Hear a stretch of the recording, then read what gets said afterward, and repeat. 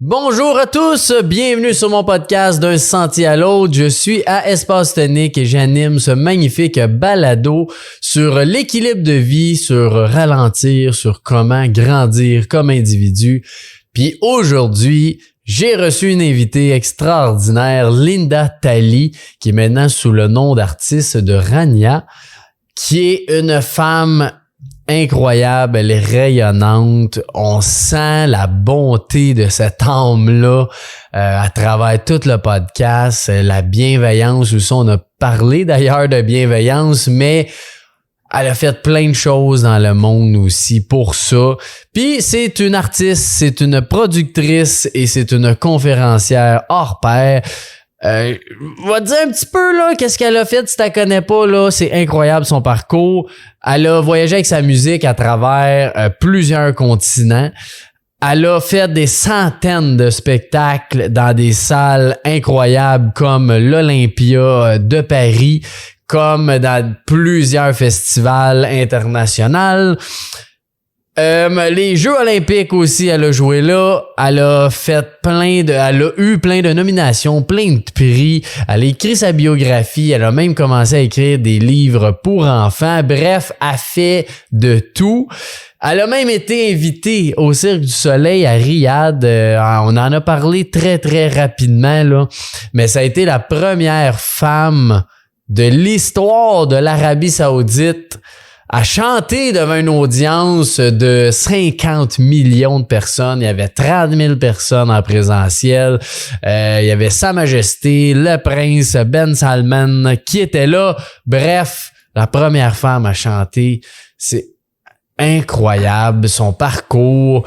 Puis elle est venue parler justement d'amour, mais tu sais, d'amour de soi, d'amour pour les autres, de ralentir aussi parce que ça allait tellement vite dans toute sa carrière avant. Ben là, elle a eu des enfants puis elle s'est dit crime, je veux vivre. Fait que là, elle profite de vivre en étant encore artiste et conférencière, mais elle a appris ça à travers tout son cheminement, elle est venue nous partager plein d'affaires là-dessus. Puis aussi, très intéressant, sa définition de l'équilibre de vie. C'est quand même quelque chose que je pose souvent aux invités. C'est quoi pour lui l'équilibre de vie? Donc, Rania nous a fait une belle définition de ça pour elle. C'était quoi? Puis surtout de profiter, de vivre, juste d'être là. Ben, plein de choses qu'elle fait elle-même par rapport à ça. On a parlé un peu de ses conférences aussi. Bref, c'était vraiment un bon podcast. Si tu veux être pleinement rempli d'amour, ben écoute ça, tu vas voir, ça va faire du bien. Puis aussi, c'est vraiment une conférencière inspirante. Elle va nous partager plein de bonbons, de pépites d'or, de trucs, de conseils qui sont très, très, très, très intéressants pour avoir une vie plus épanouie et équilibrée. Donc, c'est vraiment intéressant de l'entendre nous partager. On sent vraiment que c'est une humaine formidable. Donc, merci et bon podcast!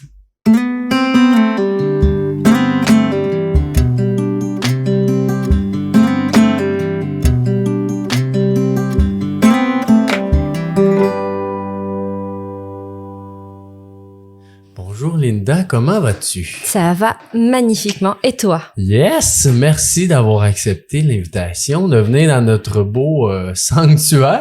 Oh bah, je me suis pas fait prier. J'aime cet espace-là. Il est absolument magnifique. Il a une très belle vibe. Merci. Puis c'est ça qu'on dit au début. T'as senti quand même l'énergie aussi en rentrant. Parce que c'est la deuxième fois que tu viens. Ouais. Mais il y a quelque chose énergétiquement dans cette forêt-là qui est assez spéciale. C'est comme si on se remettait à respirer quand on rentre. Mm-hmm. C'est drôle, hein? C'est comme si qu'on avait le souffle qui était retenu. Puis quand on rentre, ça fait comme... C'est ça. Ben, c'est très bien imagé. Ouais, fait que, en tout cas, un gros merci à toi. Fait plaisir. Pour les gens qui ne te connaissent pas, je sais que c'est dur parce que c'est un très gros parcours, mais c'était capable de résumer là, rapidement. Rapidement, je suis autrice, compositrice, interprète. Ça, c'est à la base. Mm-hmm. J'ai commencé ma carrière officiellement en l'an 2000, en remportant le concours Ma Première Place des Arts. Depuis, j'ai 4 albums à mon actif, des collaborations comme plein de collaborations sur tellement d'albums différents, de Bruno Pelletier à Marie-Denise Pelletier à ici Rachid Taha, tout plein. J'ai voyagé un tout petit peu partout dans le monde avec la musique comme passeport, donc j'ai eu la chance de donner des spectacles vraiment aux 4 coins du monde, des Jeux Olympiques à Londres, au pied des pyramides de Gizeh, à l'Olympia de Paris. J'ai vraiment eu la chance de voyager avec ce métier-là, et c'est pas fini. Non. C'est juste que je le fais très différemment aujourd'hui. Qu'est-ce que tu veux dire par là? Je le fais sans rush. Je le fais sans compromis et je le fais vraiment à un rythme qui est beaucoup plus doux pour continuer à aimer mon métier. Parce que je l'ai fait tellement de façon effrénée, parce qu'on me le demandait et que j'obéissais à l'époque. Ça a changé. Oui, ça a changé. Là, aujourd'hui, je suis à mon propre rythme. Et donc, je continue à faire des trucs vraiment assez le fun, à participer dans des films, j'ai fait du doublage, j'ai été la voix de Wonder Woman francophone au Canada. J'ai chanté à la première du Cirque du Soleil à Riyad, en Arabie Saoudite, il y a de ça quelques années. C'était devant 50 millions de téléspectateurs. Donc ça, je fais des affaires à mon rythme, mais qui me conviennent aussi au rythme humain. Et puis, c'est des documentaires, des livres, j'ai des voyages humanitaires aussi auxquels je participe et que je concocte. Donc, je fais les choses différemment. Ouais. Puis c'est quoi, tu penses, qui a fait cette prise de conscience-là, que tu veux ralentir ou plus profiter? Parce que, tu sais, le monde des artistes, c'est beaucoup ça qu'on entend, là. C'est tellement occupé, c'est booké sans arrêt, tu sais. Ouais, mais c'est parce que ça dépend comment tu vois la chose. Si tu vois la chose comme beaucoup l'ont vu par le passé, genre on va presser le citron dans le temps que ça marche pour faire un maximum de sous parce que ça va arrêter à un moment donné. Si tu as cette vision-là, c'est sûr que tu vas presser le citron. Je l'avais avant.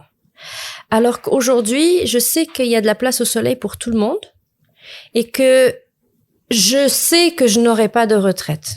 Je fais un métier qui est extraordinaire et je vais pouvoir être sur scène ou en studio, même si je suis toute vieillotte, je vais pouvoir faire ce que j'ai à faire. Je ne me vois pas faire de retraite en tant que tel. Ouais. J'aurai toujours le pied sur la scène, toujours. Mais... Donc, j'ai pas besoin de presser le citron tant que je le faisais avant. Je peux prendre mon rythme. Et quand j'ai eu mes enfants, j'ai eu mes jumeaux qui ont 16 ans maintenant, c'est sûr que la notion de être présente, quand on me dit que, oh non, c'est juste, c'est pas le temps que tu passes avec ta famille qui est important, c'est la qualité. Ouais, non, c'est la qualité et le temps. Ouais, je suis désolée, c'est les deux. Si, y a des gens on le voit en ce moment tout plein autour de nous. Il y a plein de gens qui ont des diagnostics de différents cancers, des trucs subites, des machins et tout. La vie va vite. Tu sais pas, demain, c'est pas garanti. Pourquoi tu presses le citron aujourd'hui? Prends le temps pour tout. Tu as le temps pour tout. Prendre le temps. Et penses-tu que c'est tes enfants qui t'ont fait réaliser ça ou tu as réalisé ça avant? Oh, c'est les enfants qui m'ont fait réaliser ça. Ouais. Oh oui, à 100%, c'est mes maîtres. Ils me rendent folle. Oui, c'est ça!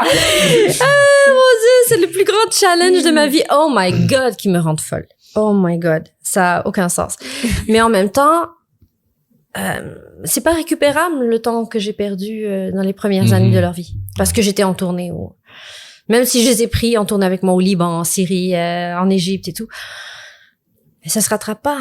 Les moments où ils reviennent de l'école et que tu es là, ça se rattrape pas. Pour une mère, en tout cas, moi, je la fibre vraiment super. J'aurais été une mère au foyer, j'aurais été super contente si ça n'avait été que ça que j'avais eu à faire. Maintenant, ils sont de plus en plus grands. C'est bon, je vais être de plus en plus disponible et je suis contente que la vie m'ait offert ça. Je suis vraiment très contente que la vie m'ait offert ça parce que je suis là. Puis c'est quoi ton plus gros challenge dans ça, des enfants? C'est les enfants. Full stop. Il y a rien à mentionner. Tout. Toute la liste. Parce que ça nous fait grandir énormément, des enfants. Ben, on prend des cours d'administration pour aller en entreprise. On fait des plans, d'entreprise, des plans à long terme, moyen terme, court terme, tous les termes possibles et imaginables. On va à l'université pour avoir des moyens et des outils. Mais quand il s'agit d'avoir des enfants, on a niette. On a rien. On est juste balancé dans son rôle de parent, vraiment. Avec nos lunettes, avec nos traumas, avec toutes nos attentes qui ont été comme brisées et que l'on va essayer de foutre sur nos enfants et que mon Dieu, qu'on fait comme on peut. Mais on aurait besoin d'être beaucoup plus soutenu dans notre rôle de parent qu'on ne l'est présentement. Ben moi c'est drôle que tu dis ça, c'est la première chose que j'ai remarqué en revenant de l'hôpital avec ma première là.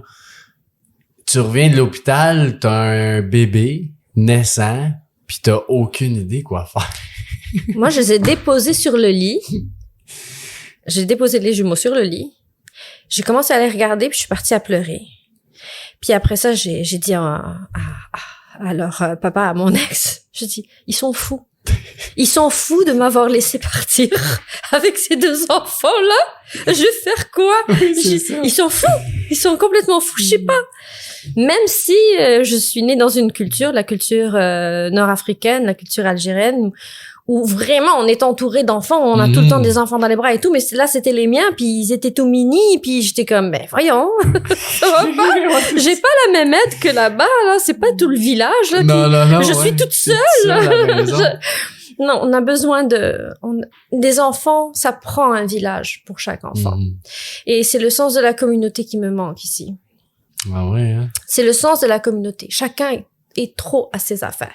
J'aime cette liberté-là, une fois de temps en temps. Oui, c'est vraiment très sélectif, mon affaire. C'est vraiment égoïste. J'aimerais ça qu'on me laisse tranquille quand j'ai besoin d'être laissé tranquille, qu'on se mêle pas de mes affaires, mais Dieu seul sait que quand ça va mal, mon Dieu, qu'on aimerait ça que les gens se mêlent de nos affaires. Ouais, c'est ça. Un peu plus. On aimerait ça, ouais. Mais c'est drôle, c'est ça qu'on fait aussi, un peu Espace Tonique. Le but, c'est de créer ça, c'est de revenir d'une communauté à la source, de dire, ce qui est le fun ici, c'est que tu vis pas aussi toujours ici. Fait que tu peux voir quelqu'un, échanger, t'aider, puis là, tu rencontres une nouvelle personne qui est pas loin de chez vous, que vous allez pouvoir justement s'entraider mutuellement, puis partager des connaissances ou des choses. Ouais. Mais je trouve tellement moi aussi que, tu sais, moi je suis chanceux, là, mes voisins, on se connaît tous, puis on se parle, puis tu sais, je demande une brouette, j'y prête une échelle. There you go. Ouais, c'est ça, on est déjà comme ça, mais c'est vraiment pas partout que t'es capable de faire ça, tu sais. Puis nos vieux aussi, c'est pareil. Ben oui. Nos vieux ici, ça me désole tellement de les voir séparés de la vie, de la communauté. Ils sont comme isolés dans des endroits comme pour attendre leur départ, leur grande transition, et ils sont comme plus utiles. C'est drôle. C'est notre façon de voir le vieillage. Moi, j'aimais ma grand-mère la voir nu-pied en train de grimper les figuiers, puis elle venait, elle nous préparait des affaires, elle était tout le temps là, tout le temps présente, elle était toujours comme utile, son opinion était tout était important dans ce qui se, tu sais, on lui rendait hommage à cette sagesse-là. Et là, on arrive, puis même la façon de regarder les vieux, je trouve ça tellement dur, tellement dur. Alors que, mon Dieu, qu'ils auraient des affaires à nous apprendre. Ben oui, clairement. Et à nos enfants, mêlons-les. Créons des écoles où est-ce qu'ils vont pouvoir interagir, où est-ce qu'ils vont pouvoir leur apprendre, je sais pas, moi, des trucs, ébénisterie, tricoter, n'importe quoi. Oui, il y a plein de savoirs que les personnes âgées ont, qu'ils pourraient transmettre tellement de plein de façons, là, comme tu dis. Là, et ça va servir à nos enfants aussi de voir que on n'a pas une date de péremption à notre utilité à la société. Ben, je pense que c'est une des pires affaires quand tu vieillis. Si tu te sens complètement inutile puis tu sers à rien, tu vas mourir rapidement. Tu t'éteins. Ben, c'est sûr. Tu t'éteins à petit feu et c'est d'une grande tristesse. On aura beau dire le Western world, le monde occidental, le monde civilisé, patati patata, excuse-moi là. Moi, je mesure le civisme d'une société à sa façon de traiter ses enfants puis ses personnes âgées.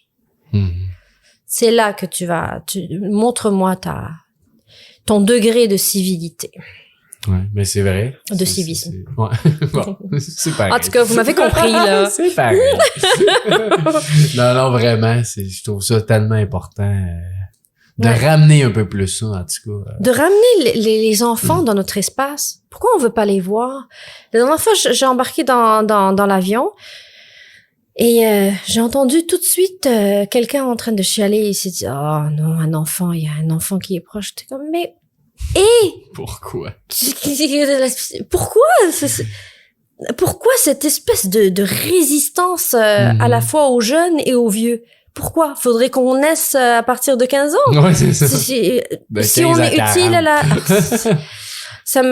Mais c'est drôle parce que c'est vrai que même moi, tu sais, je viens de prendre l'avion avec un bébé de 7 mois. Oui. Puis c'est la première affaire que je me dis, c'est ça, là il est mieux qu'il soit tranquille. Mais tu sais, en même temps, c'est un bébé. Tu peux rien demander, là. Non. C'est sûr qu'il va broyer un peu puis tout ça, mais même moi, je me dis que c'est pas grave en soi, mais je veux quand même le plus possible qu'il soit le plus tranquille possible. Les gens vont réagir face à notre façon de réagir à notre enfant. Ouais. Si on est comme, ben là, c'est naturel, et puis voilà. Et puis... mais s'ils nous voient en panique parce que notre enfant est en train de pleurer dans l'avion, je l'ai fait. J'ai voyagé avec des jumeaux, là. Ouais, c'est ça. S'ils nous voient en train de paniquer et de se sentir mal, c'est là où ils vont ambitionner, comme on dit. Ouais, c'est ça. Mais si tu les places tout de suite à leur place par ton énergie, par ta bulle face à ton enfant, ils vont finir par respecter ça. Mais je trouve qu'il y a d'autres endroits. Là, j'ai vécu à Noël à Cuba à un moment donné, à la messe de minuit. Les enfants couraient partout. Ils allaient embrasser la statue de bébé Jésus. Puis ça riait. Puis les vieilles personnes, elles étaient avec leur beau chapeau, etc. Tout le monde était comme de la joie de vivre. Ouais, tout le monde c'est était inclus. Tout le monde est inclus. Personne qui est mis à l'écart parce qu'il n'est pas assez efficace pour la société. On a chacun nos cycles. Les arbres ont des cycles. La neige, l'eau a un cycle. L'humain a un cycle aussi. Pourquoi ne pas l'apprécier dans dans toutes ces saisons? Puis ça m'amène à une question de c'est quoi un peu toi ta mission de vie? Grosse question, hein? Avant, je pensais que c'est ça, qu'on avait une grosse mission, puis comme, c'est comme, spotlight. Puis, j'ai découvert ma mission de vie.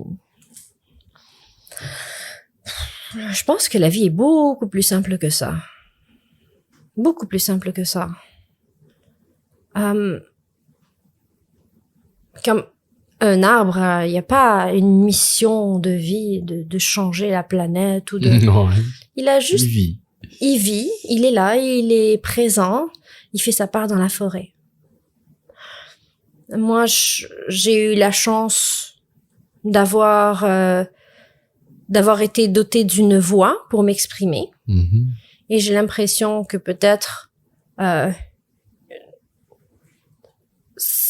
c'est juste pour transmettre un message que de toute façon, s'il passait pas par moi, il passerait par quelqu'un d'autre parce que c'est l'inspiration divine. Pour moi, celui qui est connecté à cette chaîne-là, à ce moment-là, va transmettre ce message-là, mais c'était pas moi, c'est quelqu'un d'autre. C'est juste que moi, mon médium, c'est la voix, c'est l'écriture, c'est les conférences quand je vais rencontrer les gens.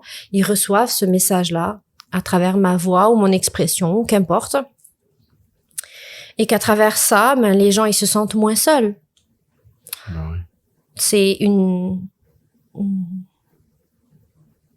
façon de se reconnaître peut-être à travers mes chansons dans une humanité.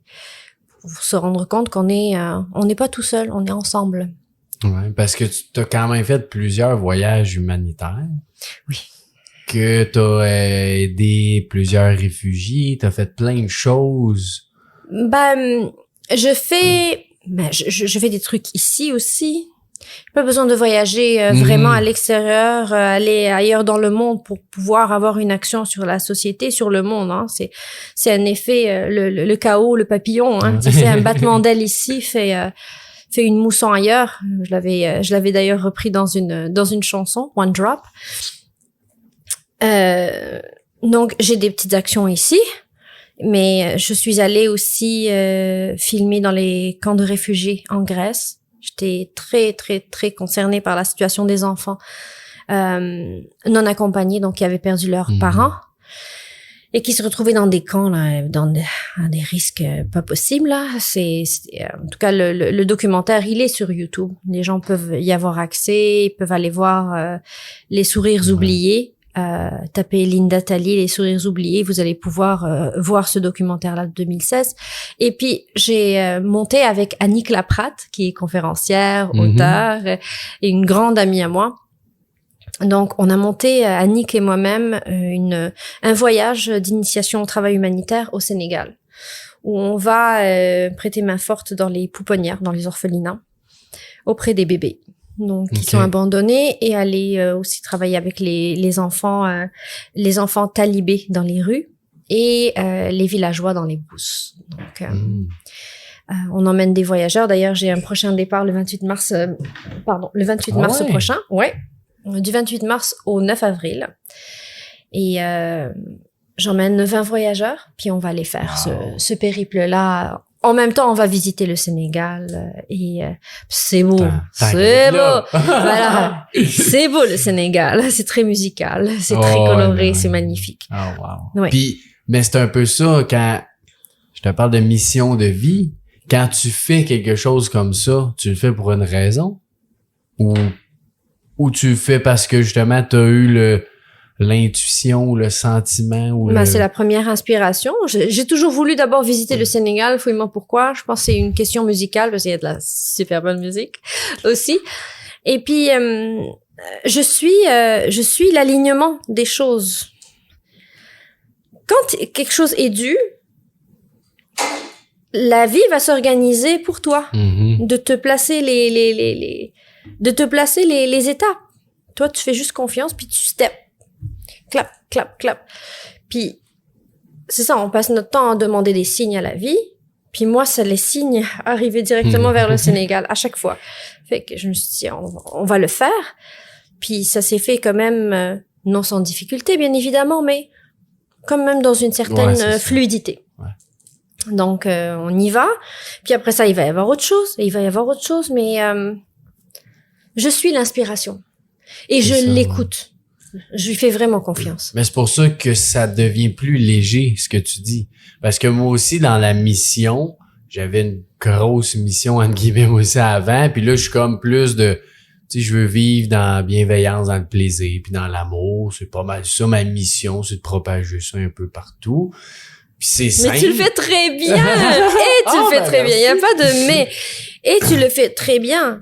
Merci, mais je veux dire, c'est simple. Tu sais, mais cette mission-là, j'ai aucune pression, entre guillemets. Tu sais, avant, c'était comme, je fais ça à tous les jours. Après ça, 30 fois dans l'année, je vais faire ça. Puis là, ça vient, tu tapes. Ouais, c'est pas dur de même. Non. Je pense sérieusement que les missions, ça peut être quelque chose d'aussi simple que d'être un bon frère. Clairement. Ou être un parent attentif, ou de savoir rebondir, ou des petites affaires comme ça qui vont te faire rayonner, qui vont te faire shiner, et les gens, en te voyant shiner, ça va les contaminer positivement. C'est tout. Des fois, c'est juste ça. Un oiseau, là, tu sais, un beau canari, là, ou un cardinal, l'hiver, tu vas le voir dans l'arbre. Rien qu'en le voyant dans l'arbre. Il perce dans cette neige. Voilà, c'est tout. C'est tout ce qu'il avait à faire. C'est tout ce qu'il avait à faire pour rendre ta journée magnifique. Voilà, c'est ça ce qu'on a à faire. C'est être dans cette luminosité telle que les gens vont vouloir un tout petit peu de ça, s'ils n'y sont pas encore. Et c'est parfait. On attire le plus possible de gens dans cette luminosité-là, dans cette bienveillance. Merci d'avoir tellement appuyé sur le mot bienveillance. Bienveillance. On a été tellement dans l'oppression, dans tellement de choses, dans la compétitivité, dans le mal. Oh mon Dieu, qu'on a été dans une énergie masculine nocive, pas une masculinité, tu sais, comme une masculinité de waouh. On enveloppe le tout, on protège le tout. Non, on a été dans une masculinité toxique. Et là, on est en train de prendre un chemin vers une masculinité bienveillante. Ouais, puis je sens que de plus en plus, en tout cas, c'est des petites choses, des petites étapes, mais je sens un peu ça, moi aussi, qu'on s'en va vers on peut dire un monde meilleur, si on veut, ou un monde plus équilibré. Ouais, c'est ça, ouais, exact. Étrangement, tu vois, ça va être le 3e voyage d'initiation au travail humanitaire au Sénégal, au cœur de l'Afrique, au cœur de l'humanité en soi. Et dans ce voyage-ci, j'ai tellement plus d'hommes. J'étais super surprise. J'étais comme, voyons donc, toi. Le changement, l'espèce de shift du masculin qui essaye de réparer. Parce qu'on travaille avec des bébés. Tu te dis, mais non, mais qu'est-ce qu'ils vont venir faire et tout. Et quand tu leur parles, c'est comme, oui, ils sont dans cette douceur-là. C'est des hommes, là. Mais douceur, qui ont envie d'aller dans prendre soin la réparation de ce... pas que le monde a besoin de réparation, mais il y a eu tellement de dégâts qui ont été faits qu'on a du rafistolage à faire. Ah, c'est sûr. Donc, je trouve ça beau.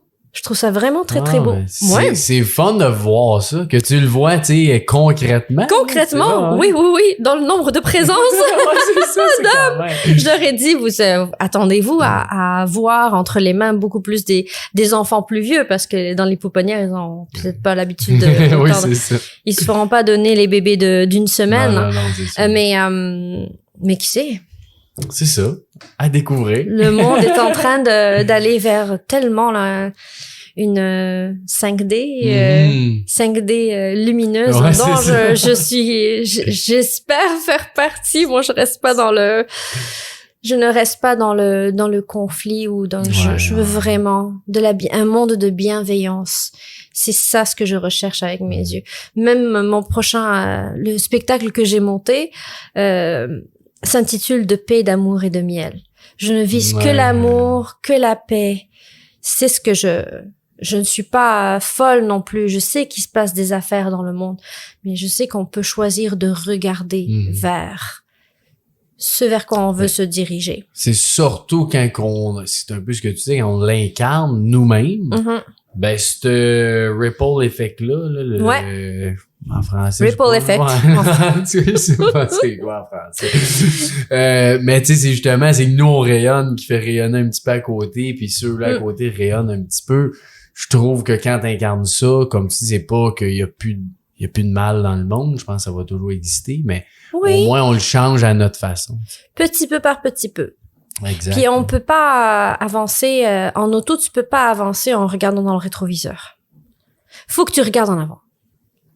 Et s'il y a quelque chose que tu n'aimes pas sur la route, un accident, et que tu continues à regarder l'accident, le volant, il va se diriger forcément vers...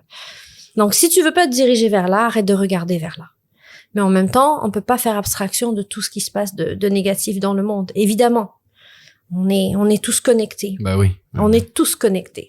Puis, j'ai vu une vidéo, je pense que c'est sur ton Instagram, que tu parlais de paix. Oui. Puis je me suis posé la question parce que pour moi, pour avoir de la paix, ça te prend du conflit aussi. Ça prend le mal et le bien qui fait un équilibre. Tu sais, comme pour être heureux, t'as besoin d'être un peu malheureux pour savoir que t'es heureux. Comment tu vois ça, ça toi, dépend la du paix? Degré. Est-ce qu'on a besoin d'avoir réellement le même degré de mal versus le bien? Je sais pas si... c'est comme l'ombre... la noirceur et la lumière. Je pense pas qu'il y ait de la noirceur. Je pense qu'il y a la lumière et l'absence de lumière. Qui est différent. Donc, oui, on a besoin d'avoir une certaine dynamique pour pouvoir apprécier quand ça va bien. Mais est-ce qu'on a besoin que ça dure aussi longtemps, le ça va mal? Ouais, c'est Ou est-ce qu'on peut avoir un petit glimpse, puis après ça, que ça aille bien? Moi, je veux que ça aille bien. Oui, c'est ça. Non, mais c'est très bon que ça t'amène parce que je m'étais même pas posé cette question-là, qui est une très bonne question. Est-ce que ça devrait être le même ratio? Je pense que non. Ben non. Ben non, on n'a pas besoin. on peut goûter, on peut ne pas avoir autant douloureux pour apprécier des trucs vraiment extraordinaires. Ça dépend comment on prend les choses. Ça dépend comment on prend les choses dans la vie. Ouais, c'est bien. Moi, je pense que c'est assez, la souffrance sur Terre. Enough. Oh, ouais. On peut passer à d'autres. On peut passer à un autre appel. Ouais, c'est ça. Puis le fait de voir justement plein de cultures puis plein de communautés différentes, c'est quoi la plus grosse chose que tu as appris de ça, toi? Oh, qu'on est tous pareils. Dans toutes les langues, toutes les cultures, toutes les époques. Toutes les époques. On vit toutes les mêmes émotions. Ouais. Peine, colère, joie, excitation. Toutes la même affaire. Avec des technologies différentes. Ouais, c'est ça. Avec des objectifs différents et tout. Mais on vit tous les mêmes... On a tous les mêmes soucis, même. Il m'aime-tu? Il m'aime pas. Mes enfants, ils sont-tu corrects? Ils sont-tu pas corrects? On a tous les mêmes foutus soucis. Mais que tu sois dans une place plus pauvre ou plus riche ou plus, peu importe, tu sais. Mais, je te dirais que dans les pays occidentaux, où tout est facile, genre, pas facile, mais je te dis, tu ouvres le robinet, t'as de l'eau. Ouais, c'est Okay? T'as pas à marcher 4 kilomètres comme j'ai vu certaines filles dans la brousse au Sénégal avec les petits trucs avec le pic parce qu'elles arrivent à un puits, puis il est sec. Puis elle m'appelait, elle me disait, regarde, il est sec, il y a rien. Donc je vais devoir aller marcher. Quand tu as cette facilité-là, il y a des choses que tu n'apprécies plus. La joie, elle est comme plus difficile à atteindre. Il t'en faut plus pour être heureux. Il faut la voiture, il faut la maison. Eux autres, ils peuvent jouer avec un sachet de lait vide qu'ils vont remplir avec du papier, puis ça devient leur ballon de soccer. Ils sont heureux. Ils ont le bonheur plus facile. Ça c'est marqué quand même.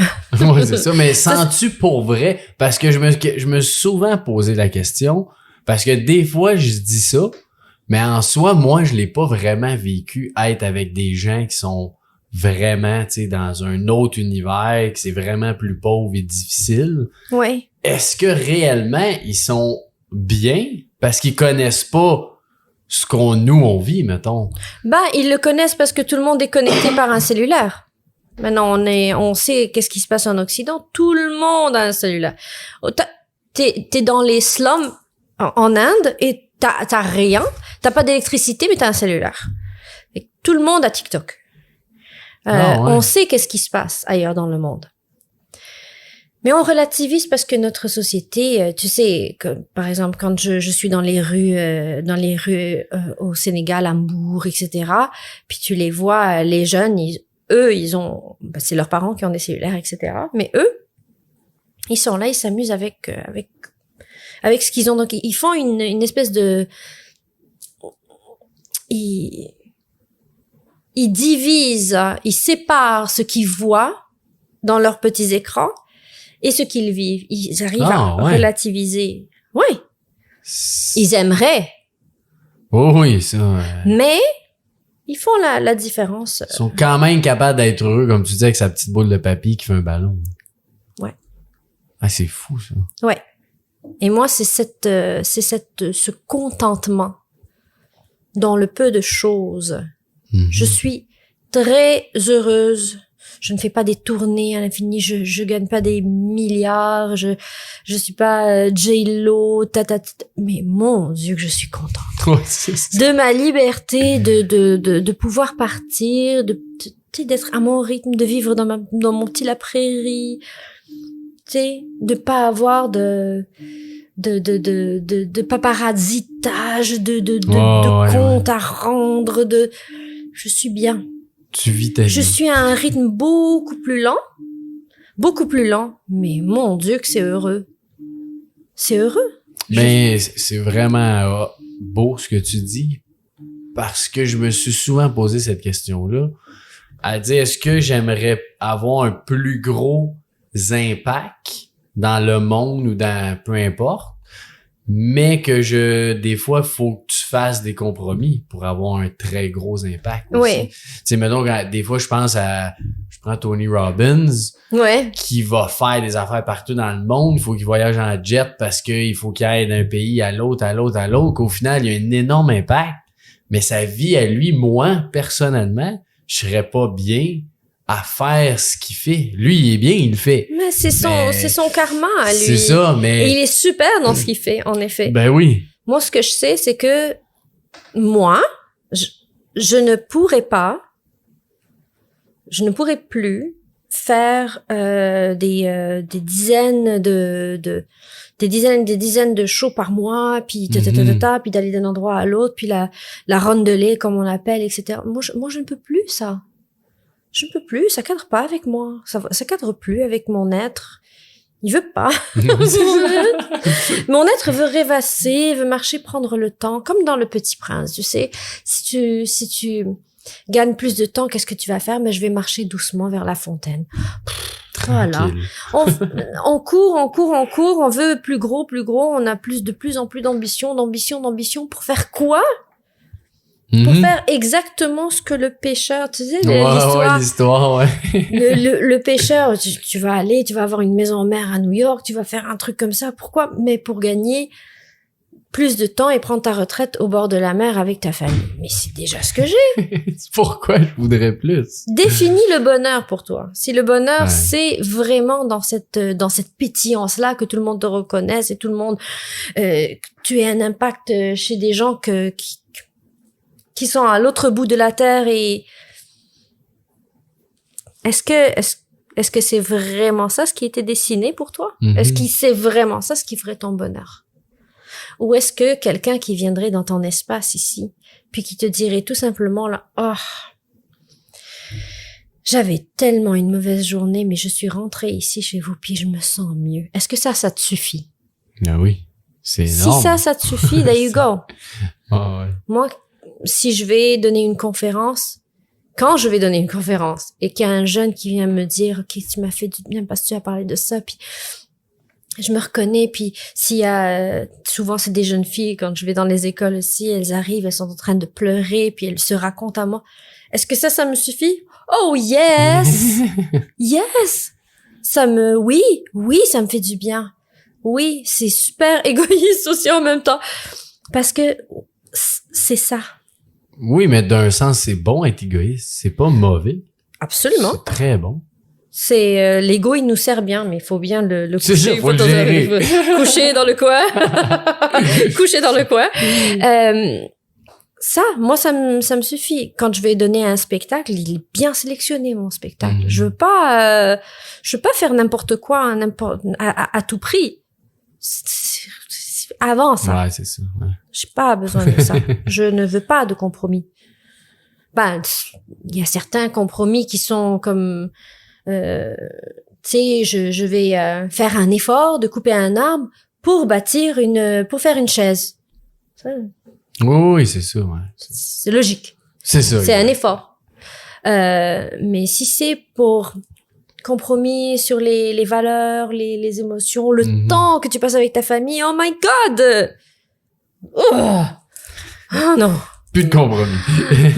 Non, mais ça m'a permis de vivre quand même de bons grands moments, là. J'ai vraiment tourné. Je suis allée vraiment ailleurs.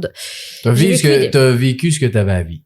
je continue. J'ai tellement de belles expériences, j'ai tellement des beaux projets. Je reviens du sud algérien où j'étais sur un plateau, un truc de fou. J'ai été pendant 5 jours avec des Touaregs. J'ai filmé des femmes Touaregs. Je vis des trucs là. Mais ça a pas besoin d'être. Ça a pas été dans le 7 jours. C'est ça. J'ai plus besoin de vivre les choses sous un spotlight pour dire que je les ai vécues. Ça me suffit de les vivre simplement. Voilà. Wow. J'ai pas besoin qu'on m'applaudisse pour le faire. J'ai juste besoin de le faire. C'est ça ce qu'ils me demandent. Ouais, c'est ça. On me demande juste de le faire. Voilà, c'est tout.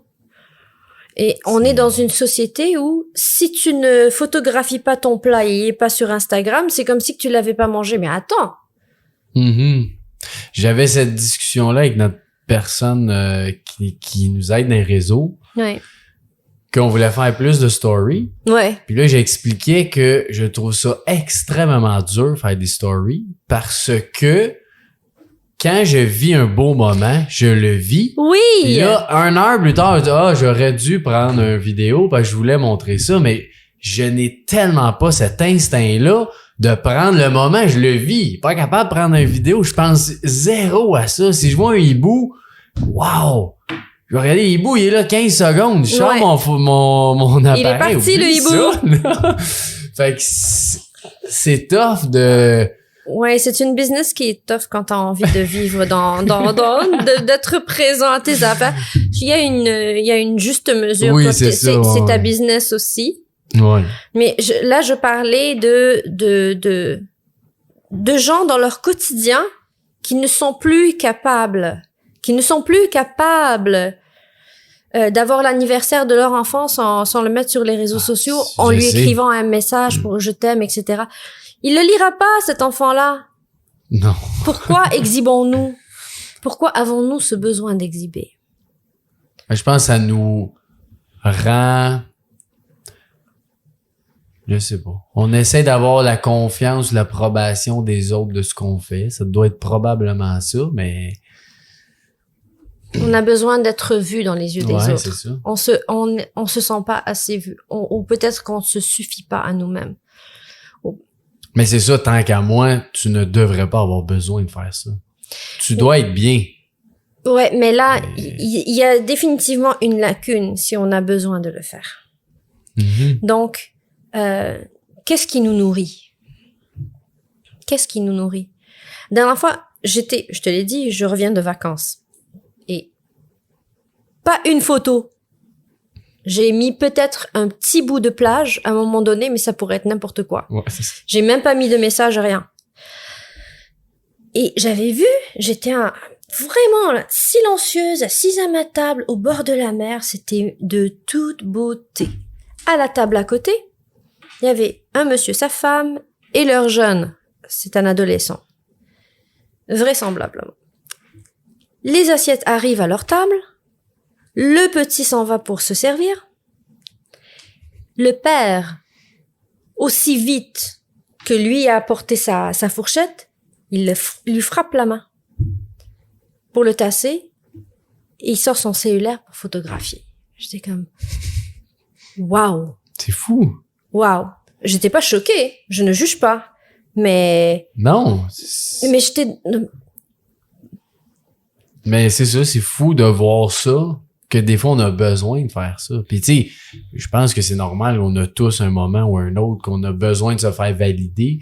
Mais comme tu dis, je pense que quand que t'es rendu à vouloir faire ça, il y a quelque chose à travailler quelque part. Revenons à l'auto-validation. Peut-être parce que je suis vraiment travailleuse autonome depuis les dernières années. Je fais tout de par moi-même. J'ai pas souvent des gens qui vont être dans le « Ah, félicitations, t'as fait un bon coup, là. » Il y en a pas. Ben non. Donc, c'est moi qui me dis « Ah, tiens, c'est pas mal, ça. » Bravo. Je commence de plus en plus à être indépendante dans la validation. Être indépendante dans le mouvement, dans le choix, fait que comme je suis tout le temps, souvent, très seule, je voyage seule, je vais au cinéma seule, je truc seule, même dans les grands galas et tout, j'arrive seule avec ma toilette et machin, et je suis seule, je suis bien là-dedans, j'ai pas besoin forcément de, tu sais, c'est peut-être dans cette satisfaction de se suffire. Et là, tout le monde devient tellement...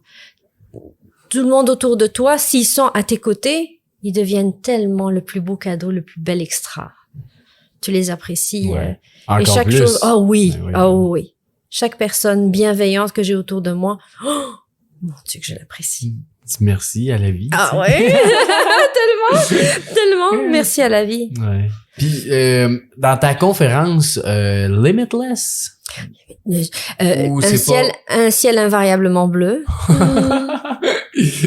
Être sa propre voix aussi. Il y a deux types de conférences. Ah, ok. Ouais. Est-ce que tu as un conseil ou quelque chose que tu peux partager face aux peurs? Comment qu'on peut vaincre nos peurs? Parce que clairement, t'en as eu beaucoup. J'imagine, en tout cas, parce que t'as quand même un parcours que t'as fait plein de choses différentes. Oui. Ben, la peur, mon Dieu, la peur, c'est notre complice. C'est notre complice. Une chance qu'on a la peur. Pour pas faire n'importe quoi. Pour pas faire n'importe quoi. T'imagines? Non, la peur est importante. Ne pas avoir une vie, la peur ne peut pas être notre moteur. Mais la peur est un bel indicateur de qu'est-ce qu'on a à surpasser. C'est juste une perception de ce qui pourrait... c'est notre créativité qui s'en va dans le négatif plutôt qu'il s'en va dans le positif. Donc, vaut mieux ne pas l'utiliser comme moteur, mais la peur, on va le savoir jusqu'à la fin de nos jours. Mais quand jusqu'à la dernière peur, la peur de mourir. Jusqu'à ce qu'on tombe dedans et puis finalement qu'on se rend compte que finalement c'est juste une transition, un départ vers un ailleurs beau, lumineux, léger, etc. Mais on valse avec la peur toute notre vie. Autant l'utiliser à bon escient. Ouais, c'est ça, mais des fois, qu'est-ce qui fait que t'as peur? Tu sais, des fois, quand t'as peur, ça veut dire que tu sors de ta zone de confort, donc c'est positif. Mais il y a d'autres fois qu'une peur est une peur qui, comme tu dis, qui t'aide. Parce que, mettons, faut pas, je sais pas, il y a un inconnu qui vient te voir, tu le files pas, t'as une peur. Mais mais ça, c'est une peur de survie. Ça, c'est une peur de survie. Une peur de survie, c'est différent. Si je suis dans un stationnement, la nuit, à 3 heures du matin, je suis une femme. C'est sûr, je suis pas folle non plus, là. Ouais, c'est ça. J'ai une petite peur qui me garde sur mes gardes. Et c'est très bien, parce que si, on fait pas attention, puis il y a quelqu'un qui t'attrape par derrière, et il peut arriver plein d'affaires. Moi, j'ai l'imagination, parce que j'ai vécu plein de trucs dans ma vie. J'ai déjà été attaquée au couteau en Algérie quand j'avais, je pense, 13 ans, 14 ans. Qu'importe. Donc, j'ai des références qui me mettent sur mes gardes, hein. Je dors pas sur mes deux oreilles. Jamais. Mais tu sais, des peurs tu te crées des scénarios et tout. Ça c'est non. Ça va m'arriver d'embarquer dans des scénarios, puis s'il se passe ça, puis t'as dit, puis je commence, merci mon cerveau, c'est bon, t'as fait un bon film. Hein, je te donne un Oscar, c'est très bien. Wrap up, allez les acteurs, c'est fini, terminé. C'est bon. Retirez-vous parce que voilà, it's done. Mais je valse avec la peur. Puis j'essaye de me ramener le plus rapidement possible parce que je peux partir très loin dans mes scénarios. Je peux être très négative quand je veux. Mais je me ramène puis bon, on va y aller, on va voir après. De toute façon, la zone de confort, je connais pas vraiment. Ouais, c'est ça fait des années que j'ai pas été dans une zone de confort, donc. Mais c'est ça, c'est là que je pense que plus tu vaincs tes peurs comme ça, plus c'est facile de les vaincre. Ouais. Avant même d'avoir les premières peurs, les premiers scénarios, en fait, par exemple, quand j'ai une idée, je vais contacter telle personne, puis on va faire ça, peut-être que je vais pouvoir, j'ai fait ça même ce matin. Peut-être qu'il va y avoir une collaboration qui va être possible, etc. Avant même que ma peur, mon ego, va commencer à me dire, mais oui, mais qu'est-ce que tu penses, pour qui tu te prends, avant ça, je vais tout de suite agir. Je vais tout de suite faire une première étape. Avant d'avoir peur. Avant que ça commence à... OK, je commence à écrire un email. Je commence. Avant que ça me dise, oui, mais il va pas recevoir ce message. Je m'en fous. Fais-le. Le pire qui puisse arriver, c'est que les gens te disent non ou que la chose ne marche pas. C'est le pire. C'est quand même pas si pire. Et tu ne mourras pas. Donc... Non, mais c'est intéressant que tu dis d'agir avant que tu te poses des questions. D'agir avant de bypasser. De bypasser mon système neuronal qui me freine. Ouais, c'est vraiment intéressant comme principe parce que justement, t'as pas le temps de réfléchir. J'ai pas le temps de réfléchir. Je fais un premier truc. Qu'importe ce que c'est. Ouais. Passer à l'action. Après, c'est trop tard. J'ai déjà... Mais non! Tout bête. Je l'ai déjà fait, fait que il va falloir continuer, puis on verra. Oh, ouais, c'est ça. Après ça, tu restes la nuit. Est-ce que j'aurais dû... Mais ça, pour vrai, ça t'arrive-tu? Ah oui! D'y penser, genre, pourquoi j'ai fait ça? Puis j'aurais peut-être pas dû dire ça. Non, j'aurais pas dû dire. C'est à quoi j'ai pensé? Franchement, voir si... Après ça, je veux comme... Ce qui est fait. Mais ouais, au moins, il est fait. Ça t'empêche pas de le faire. Il y a jamais rien qui est dans le fait de brimer quelqu'un d'autre de ses droits. C'est toujours des actions qui sont de ma créativité ou des idées folles. Comme j'ai des idées folles à la Linda, l'histoire d'aller dans le désert avec les Touaregs, c'était une idée folle au début. Il faut faire quelque chose. Après ça, tu te dis, oh, mais merde, comment on va y arriver? Puis le patati patata, le truc, les droits, les machins, blablabla. J'ai déjà fait les premières étapes. Too late. Puis t'as-tu, là je te prends brûle pour point, mais t'as-tu un exemple de ça que t'as déjà fait sans vraiment y penser, puis qu'au final, il y a une chance que j'ai fait ça, tu sais? Ben, il y en a tellement. Je sais pas, j'ai pas d'exemple, mais à part le dernier que je viens de te donner, là, d'aller dans le désert, pour filmer. D'ailleurs, ça s'est fini avec l'armée, en tout cas. Mais une chance que je l'ai fait. Bien sûr, une chance que je l'ai fait. C'est vraiment... et c'est souvent ça. C'est vraiment... contacter une telle personne ou une telle personne, tu te dis out of the blue, tu sais pas ce que ça va donner. Puis finalement, ça finit par te donner un contrat de fou. Puis si tu l'avais pas fait, la personne, elle pensera pas à toi. Personne ne pense à nous. Ben non. On est nos propres superstars dans notre propre film, dans notre propre vie. Donc, faut y aller. Faut juste y aller. Ouais, mais... Pour vrai, non, c'est parce que j'essaie de voir parce que ça a l'air tellement simple, mais c'est simple, dans le fond. Ben oui. C'est comme, je vais aller à l'épicerie, il va falloir que j'aille à l'épicerie. J'aimerais donc aller acheter ça. Ben, avant même que tu te dises, ils vont probablement pas l'avoir, ça arrive juste les mardis. T'es déjà dans ta voiture, t'as déclenché t'as parti le moteur. OK. Bah, le pire, c'est qu'il y en ait pas. Oh, ouais, c'est ça. Ouais. C'est vraiment juste ça. Ah, ben, fantastique. Puis comment tu vois, parce que ça, je pose souvent cette question-là au podcast, l'équilibre de vie pour toi, c'est quoi? C'est avoir le temps. C'est avoir le temps. Le temps pour n'importe quoi? Pour tout. Pour tout. C'est avoir le temps. C'est un équilibre et un luxe de nos jours. C'est sûr qu'on a du travail à faire pour pouvoir, tu sais, sécuriser le day-to-day, la fonction. On est quand même des êtres incarnés. On est des gens de société. On n'est pas des moines, là, dans un truc au Népal.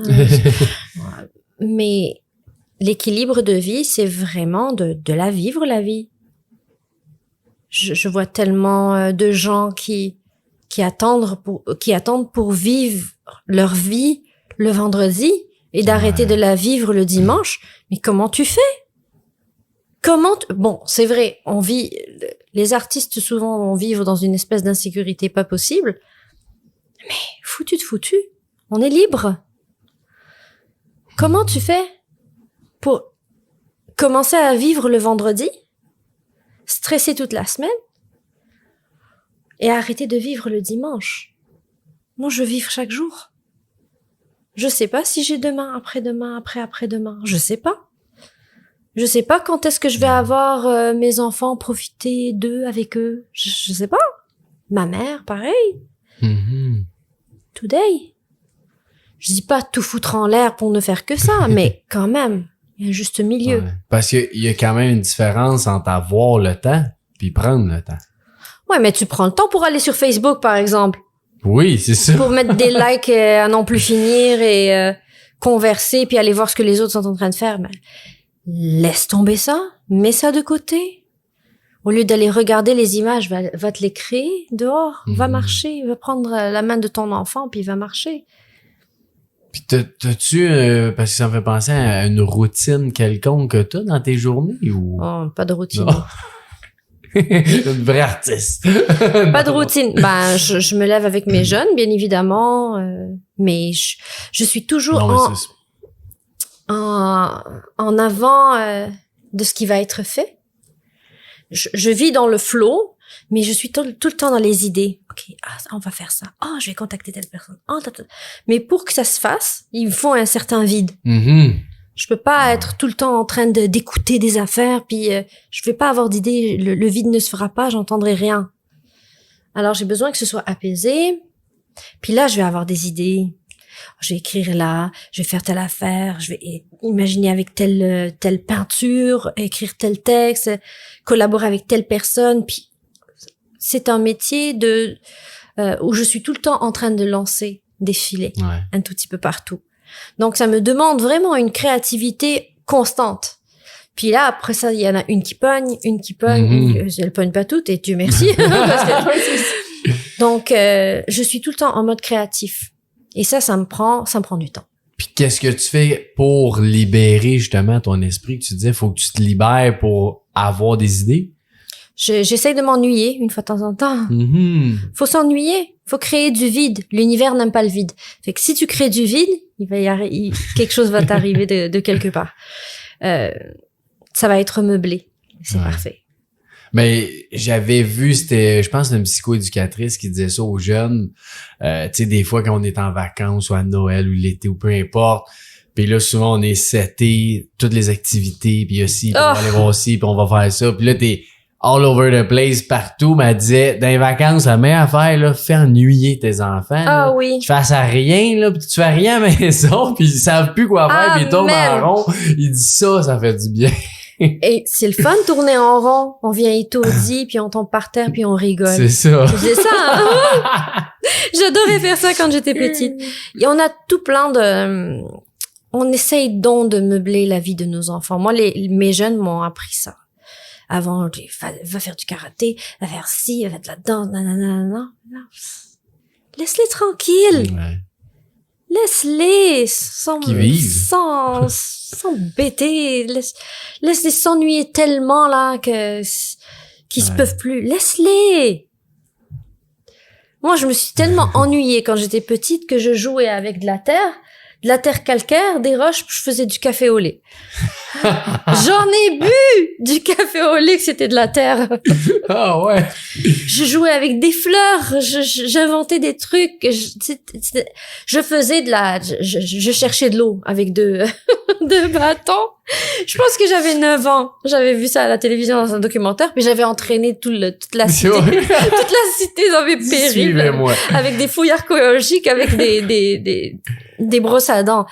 Laissez-les. Ouais. Laissez-les inventer. Je sais que c'est dur parce qu'il y a de l'addiction. Il y a beaucoup d'addiction aux écrans. Beaucoup. Je sais pas comment j'aurais réagi, moi, plus jeune, si j'avais eu ça entre les mains. C'est super dangereux. Mais qu'est-ce que c'est dangereux, les cellulaires puis les tablettes, puis mes enfants sont les premiers pris là-dedans aussi, hein. Oui, c'est sûr. On est tous là-dedans.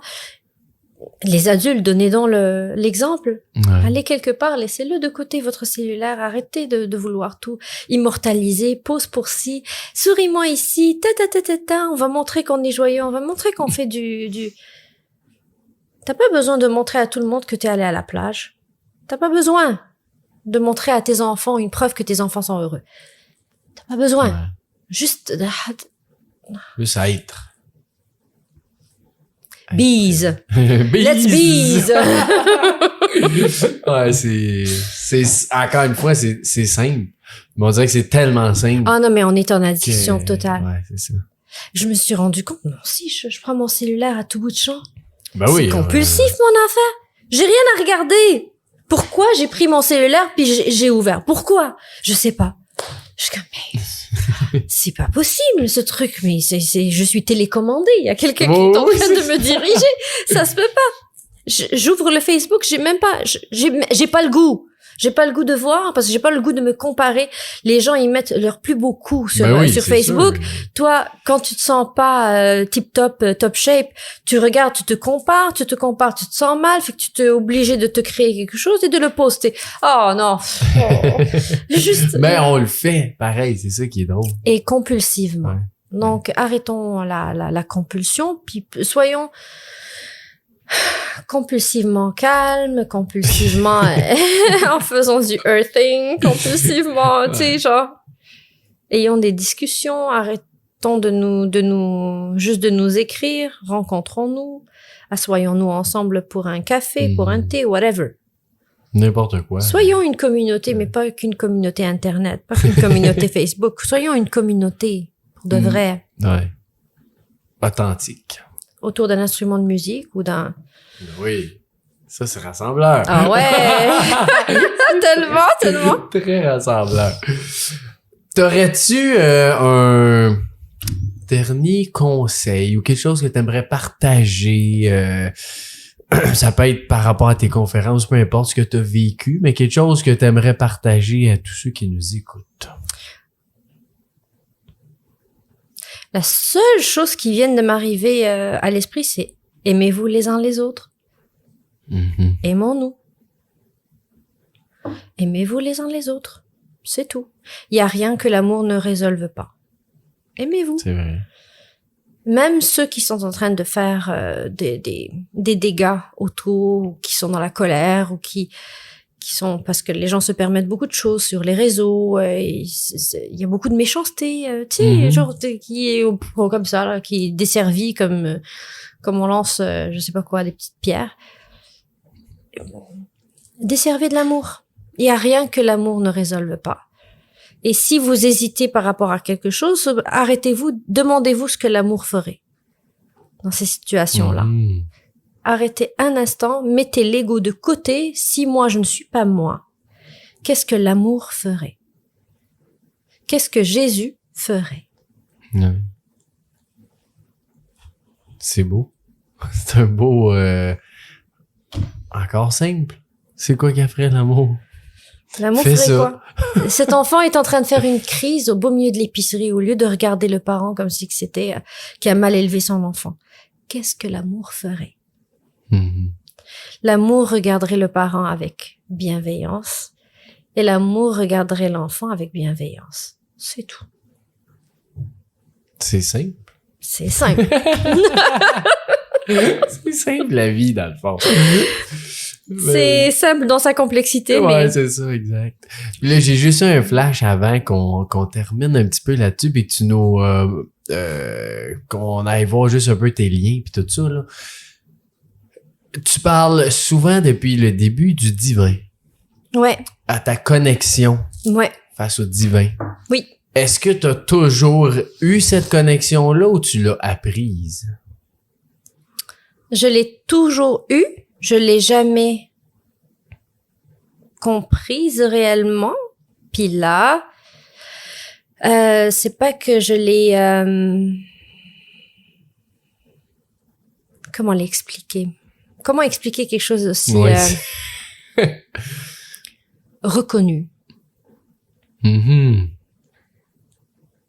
Je l'ai reconnu et je l'ai accepté. Récemment? Dans les dernières années, je te dirais. Okay. Cette connexion-là, c'était pour moi avant une intuition.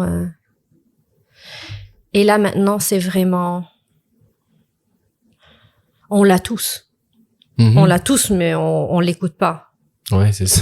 Moi, j'essaye de l'écouter de plus en plus. Puis là, dans les derniers jours,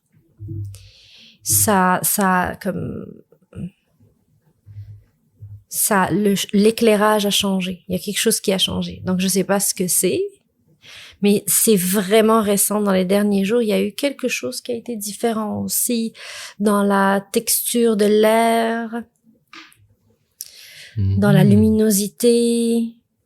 Il y a quelque chose. Je sais pas c'est quoi. Tu sens que c'est l'environnement ou c'est toi qui change intérieurement puis tu vois ce changement-là?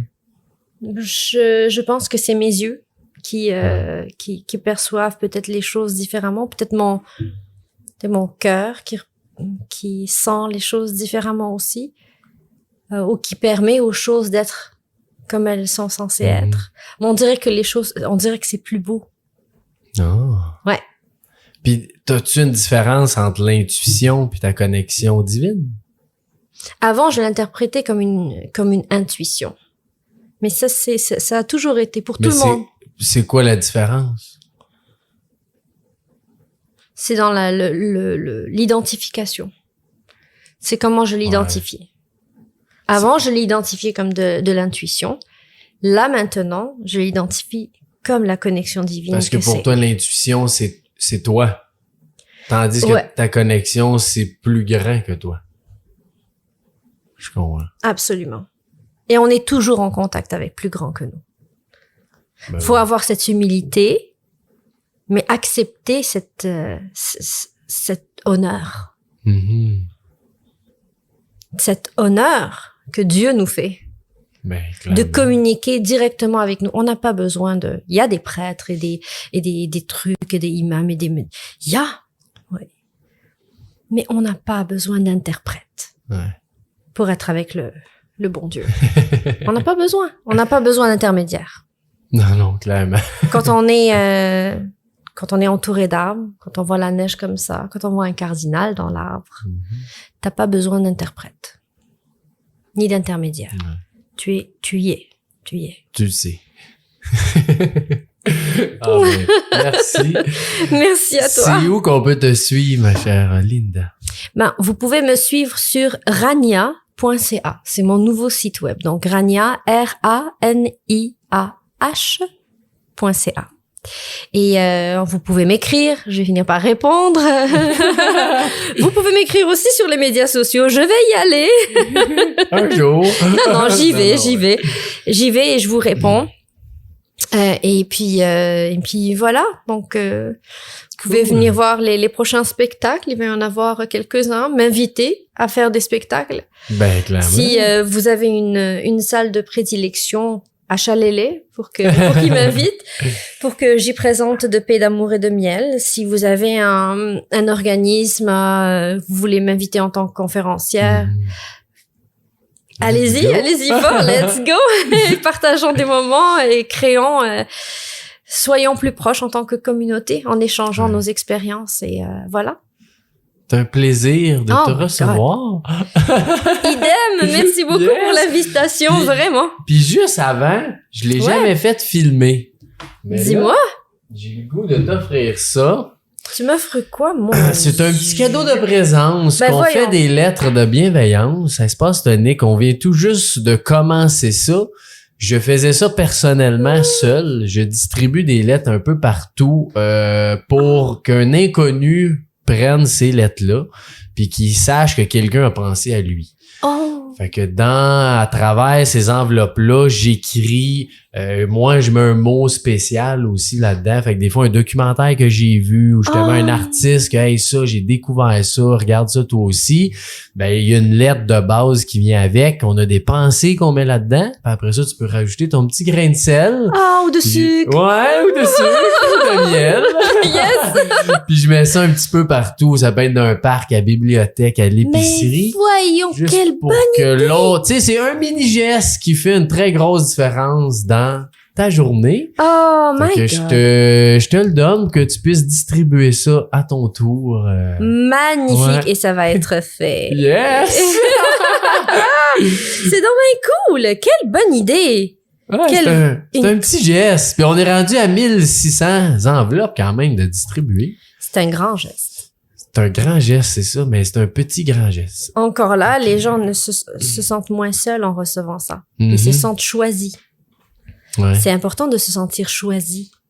vraiment. Parce qu'il n'y a pas de hasard dans la vie. Puis c'est qu'en plus, t'es choisi par quelqu'un qui ne te verra jamais. Qui ne te connaît pas. Ouais, exact. C'est ça que je trouve le fun de ça. Magnifique. Ça va être utilisé. Merci infiniment. Yes. Quel beau cadeau. Je sais pas dans quel pays, mais ça va être utilisé. Ouais, à lui que tu veux. C'est ton choix. Nice. Donc, un gros merci, Linda. Merci à Puis tout le toi. monde, allez suivre Linda sur les réseaux aussi. T'es là sur Instagram, Facebook. Instagram, Facebook. Fait que You name it. suivez-la, on va mettre les liens en description. Sans addiction. Ouais, c'est ça, juste un peu. Good, fait qu'un gros merci à toi. Merci. Merci.